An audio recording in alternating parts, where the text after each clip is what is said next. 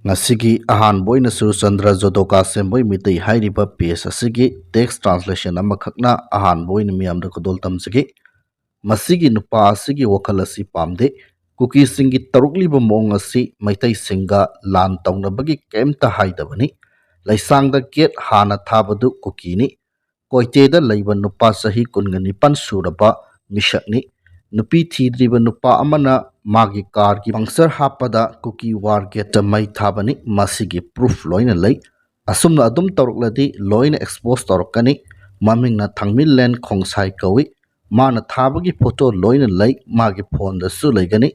Zomi singda adum tainan basu honadi ngasi release chatpa mapamda mi ama number 4 series amaga phabada soptanaba ikaibadagi lochinanaba honabada siran turan tawri haiba wafam text translation asida phongdokle makha satharakpada iduning thau hairiba PS asigi post amakak lakhotcharaga miyamda lanthokсаги DC Senapati Mahesh Chaudhary na Kangpokpi district ki SDO singda magi subdivision ki manungda laiba village singi list pikhalakna ba khangankhre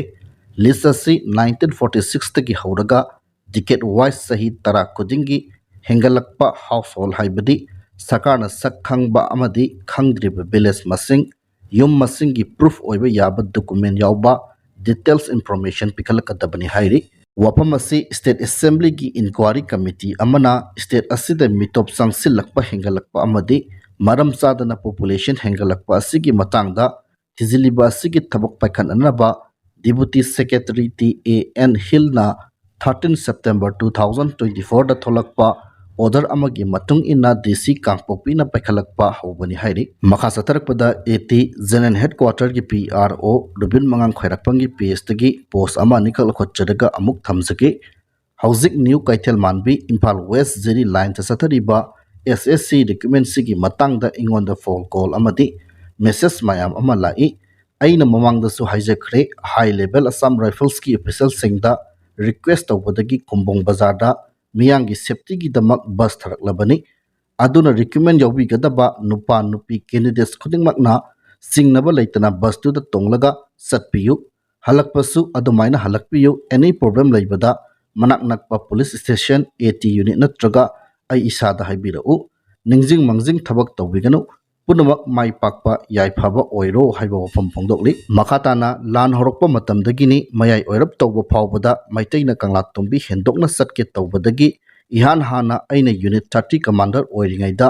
fanayam phakre mayungi mi kauraga pikhibani ayamana nisha loina sizinai adugi matungda state police ki checkpoint ama kanglat tombi foresta CF yauna thamba haure makhoina su fanayam phakre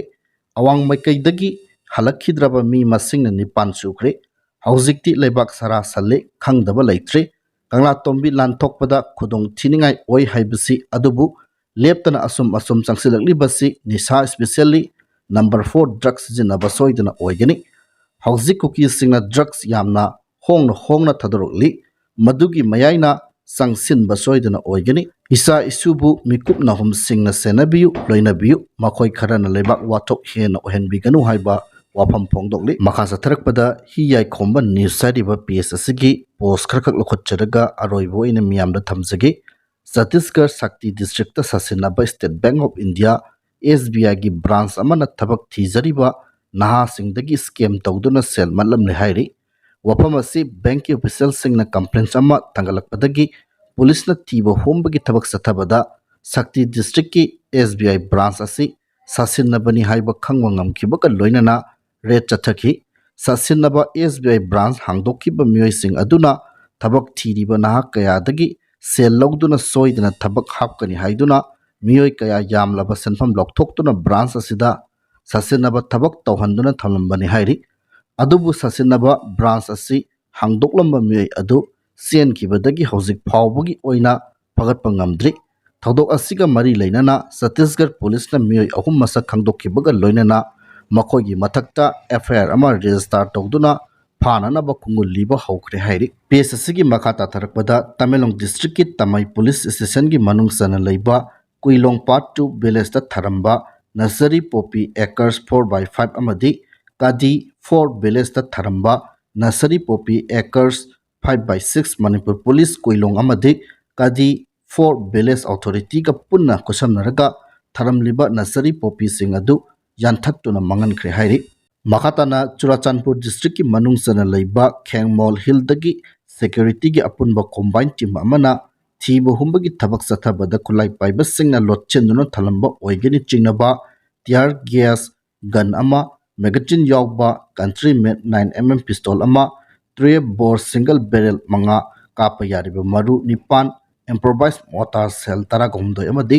improvised heavy mortars manga phakat pangamle hairi PS asigi makha satharakpada National Highway 37 amadi National Highway 2 da lamdam asigi tangai fadana nomada sangdraba yadraba potchai puduna lakba gari chamaga humjani thoi amadi chamaga humpugo mapan hairiba lambi asida apan mayawduna pusilakre makhatana potchai pusilakpada khudongthiba thoktanabagi damak singningai oiba mfamsingda security force na akanba section thorang lokhatkhi Manipur district punamakta pamdaba thodok thoktanabagi damak singa masung tamda punna checkpoint chamaga tara hangduna